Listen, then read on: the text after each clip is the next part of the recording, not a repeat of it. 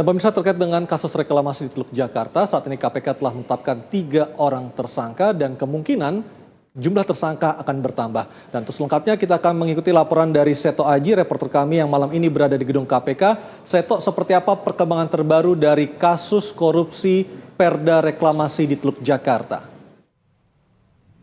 Ya, baik Aryo, memang ketiga orang dari unsur pemerintah Provinsi DKI Jakarta yang diperiksa pada hari ini adalah Ketua Bapeda DKI Jakarta, Tuti Kusmawati, kemudian Asisten Daerah Pembangunan dan Lingkungan Hidup, Gamal Sinurat, dan yang terakhir adalah Kasubdit Bidang Penataan Ruang dan Pemakaman Pemerintah Provinsi DKI Jakarta, Feruli Irzal, masih menjalani pemeriksaan oleh penyidik di dalam gedung KPK.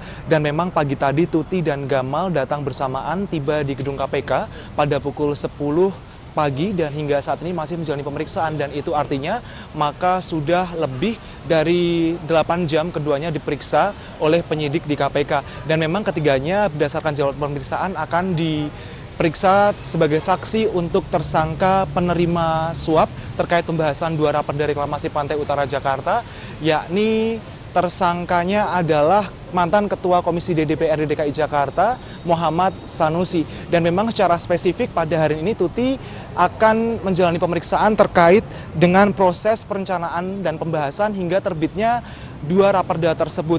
Dan memang berdasarkan pemeriksaan sebelumnya, karena memang pada hari ini Tuti telah menjalani pemeriksaan keempat kali.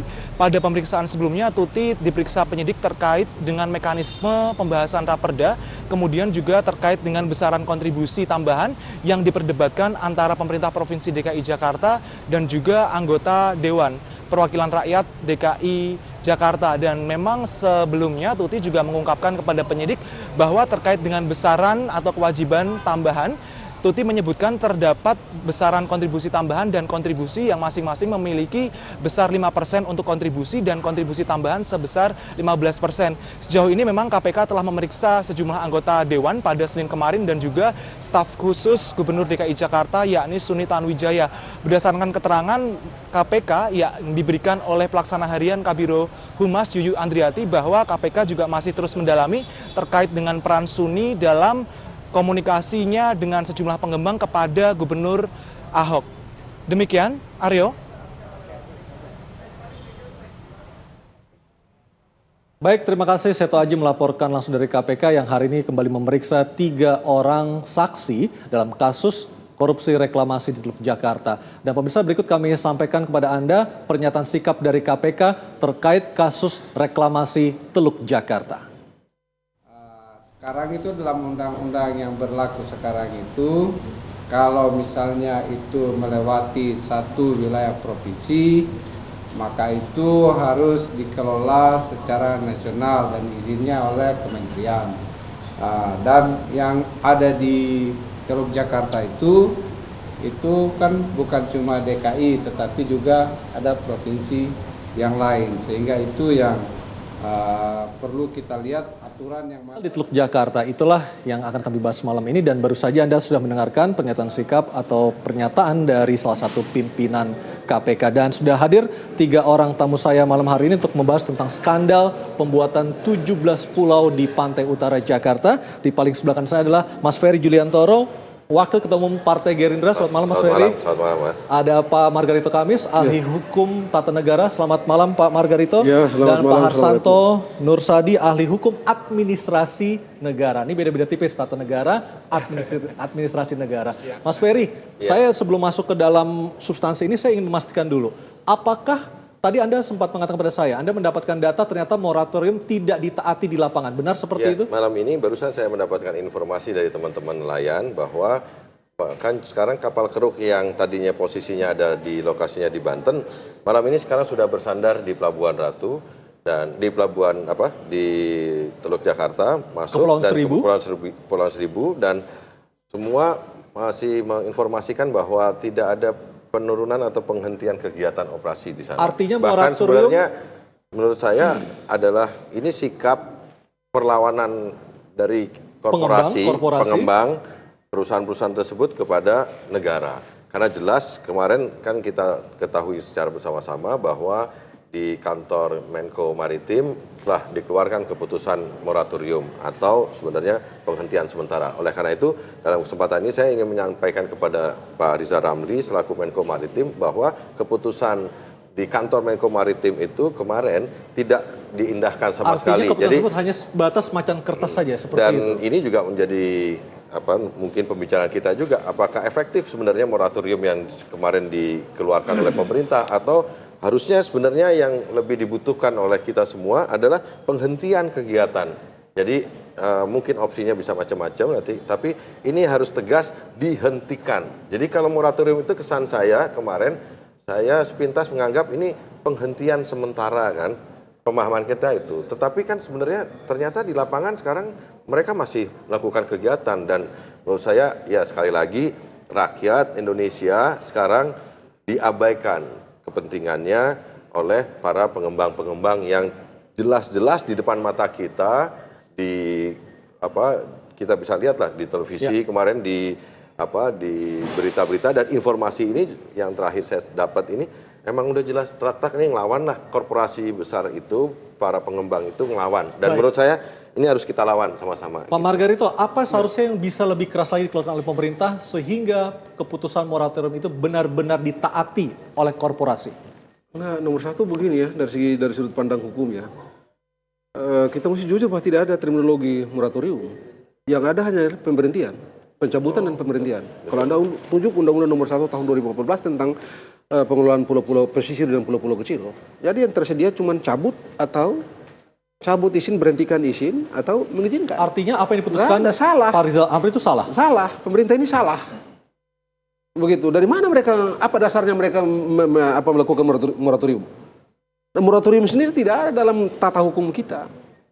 Yang ada itu cabut izin. Kalau orang itu bekerja tidak memenuhi syarat-syarat yang diatur di dalam surat keputusannya, ya cabut. Bisakah hal itu dilakukan oleh pemerintah, Pak Harsanto? Begini, sebenarnya ketika kemarin Pak Rizal Ramli menyebutkan kita akan melakukan moratorium, saya berharap akan segera keluar sebuah keputusan. Ya. Misalnya, apakah keputusan Menteri Lingkungan Hidup, ya, berdasarkan tadi pasal 72 Undang-Undang 32, Menteri Lingkungan berhak mensuspend, menyetop kegiatan di daerah yang izinnya keluar dari pemerintah daerah. Itu ada kewenangannya loh, ya. Jadi ya dikenal dengan second line inspection. Itu Undang-Undang nomor 1 tahun 2014. Bukan. Undang-Undang 32 tahun 2009 tentang pengelolaan dan perlindungan lingkungan hidup. Itu tegas itu, dia bisa mensuspend Kementerian Lingkungan. Makanya saya berharap ketika itu sebenarnya Menteri Lingkungan Hidup segera melakukan itu, ya. Jadi menyetop dulu. Karena benar seperti yang disampaikan Pak Margarito tadi, ya, izin keluar dari mana? Dari Gubernur DKI. Ya. Maka pejabat yang berwenang mengelola izin tersebut, ya, apakah kemudian mencabut, apakah mensuspend, ini istilah saja suspend, ya. Ini ya harus Gubernur DKI. Kecuali tadi kewenangan Menteri tadi juga hanya sekedar menyetop gitu ya. Jadi saya berharap ada tindakan hukum konkret di titik ini dulu. Setelah ini keluar, maka banyak hal bisa dilakukan, bahkan bisa dipidana kalau melewati itu. Nah, ini mesti kita ini apa ya? Yang terakhir ini. Anda bisa bayangkan sekarang, kita cek ini kan ada 17 pulau ini. Ya. Kalaulah satu saja di antara 17 pulau itu yang sudah dikerjakan tanpa izin, pengrusakan, pidana lingkungan. Kejahatan lingkungan. Pidana lingkungan. Merusak lingkungan kalau melakukan kegiatan itu tanpa izin.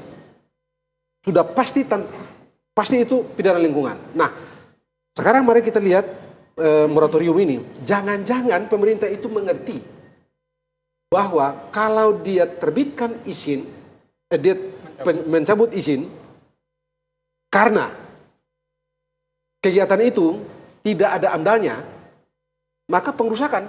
Ya. Makanya dikaburkan. Artinya di titik ini ada kesengajaan dari Sehingga, pemerintah, seperti itu menurut Anda? Bukan tak mungkin. Masa pemerintah nggak ngerti hukum? Termasuk seorang Rizal Ramli? Ya. Bisa jadi Pak Rizal berada dalam posisi yang sulit. Sulit karena ada tekanan? Bisa jadi. Siapa yang menekan? Ya. Siapa yang menekan? Urusan tekan menekan ini kan banyak orang yang bisa melakukan tekanan. Kita kalau mau kritis kan kita mesti bilang, kita mesti jujur aja begitu ya. Kadang-kadang dalam kasus tertentu negara boleh bilang hebat berhadapan dengan korporat, dan pada kasus tertentu negara memble di hadapan korporat. Anda jangan salah, Anda sedang berhadapan dengan kekuatan yang luar biasa. Kalau kita mau betul-betul agak kritis, sampai pada batas tertentu arah negara itu tentukan oleh korporasi. Kalau penghentian sementara itu artinya bayangan saya itu nanti akan dimulai lagi dari sesuatu yang sudah ada kemudian diselesaikan.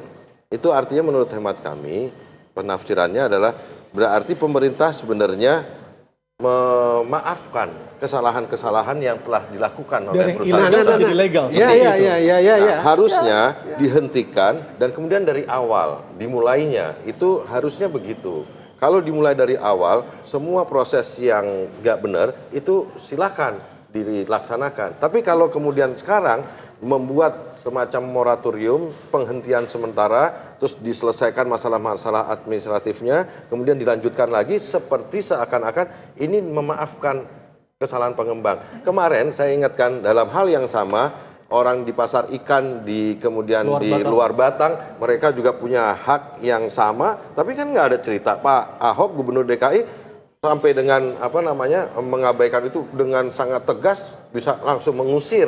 Nah ini kok nggak bisa Pak Basuki Cahayapurnama yang terhormat tegas dengan para pengembang ini. Artinya ada double standar di sini, sekarang seperti itu. inilah, saya bukan kita nggak usah, ini semua udah pada ngerti.